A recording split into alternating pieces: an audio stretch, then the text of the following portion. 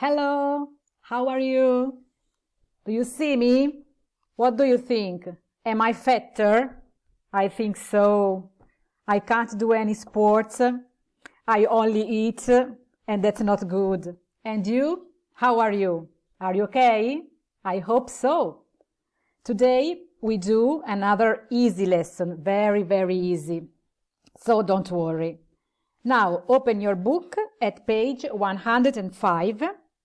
Listen to the dialogue, talking about past events. Are you ready? Get ready.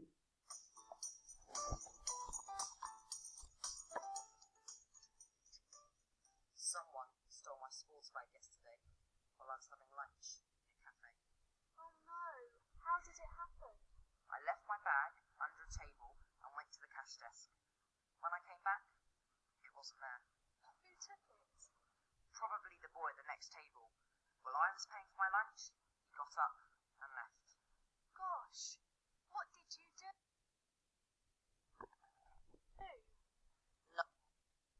Nothing. It all happened so quickly.